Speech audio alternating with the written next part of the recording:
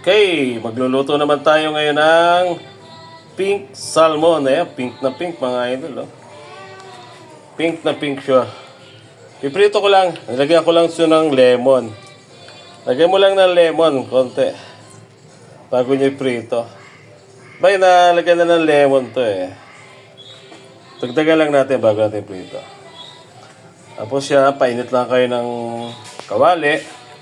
Mas maganda to kung non-stick hindi tumitikit. Okay, pisa natin mag-prito. Okay, prito na natin mga idol.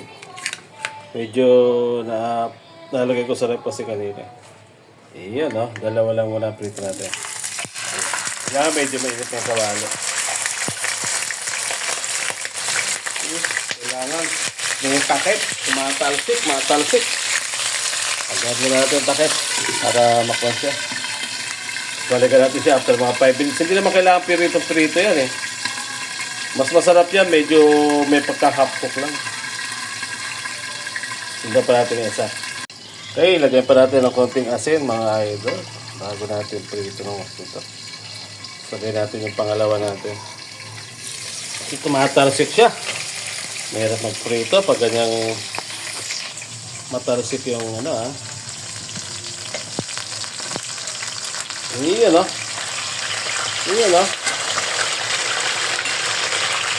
Yan. Dahan-dahan na lang yung apoy para hindi siya masyado mabigla. After 5 minutes ulit, balikan ulit natin ito. Ayan, after 5 minutes mga idol, pulang-pula na siya.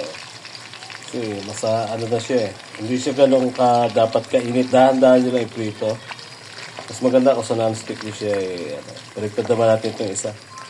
Nakakasigod video ngayon kaya dahan natin ibaliktad para hindi masira. Kasi malambot itong isda na to. Yung pink salmon. Malambot siya. Kahit non-stick dumikit pa rin na konti itong isa. Pero ang ganda ng di ba?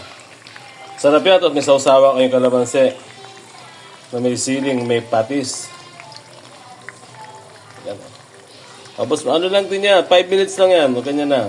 Ito siguro, after 5 minutes, o siguro mga 2 minutes, 3 minutes na lang yung isa. Pwede na kainin yan. Kinakain nga yan ng hilaw na, di ba? Hindi nga hilaw na, o sasabihin nila, o ginagawa sa mga hapon, ginagawa nilang pagkain hilaw. Lagyan ng wasabi. Hindi ko masabi. Okay. Baliktad muna natin ito. Tapos timpla tayo ng natin sa usawa natin. Okay. Baliktad natin isa mga idol. Hindi pag video habang nagbabaliktad kasi dalawa dapat ang taban.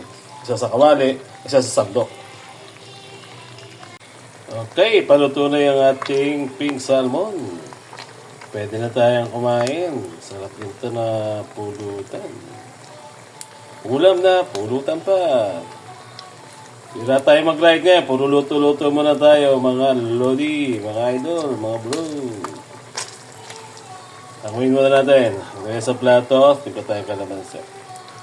Yung isa, medyo half-cook, pero sa kabila, hindi ko na baliktad natin, mga idol.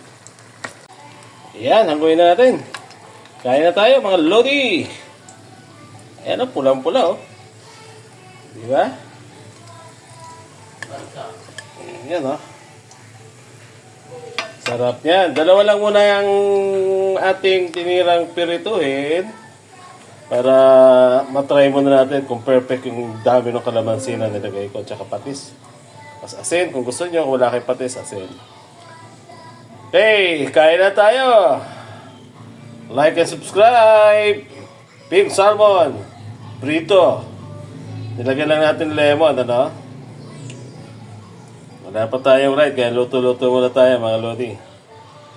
Tayo kusinero ngayon dito sa bahay.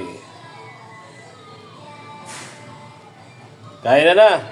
Hapunan ko to Ayaw mag-asawa, tigil sa lang. Mga bata sa labas kumain. Okay, kain na.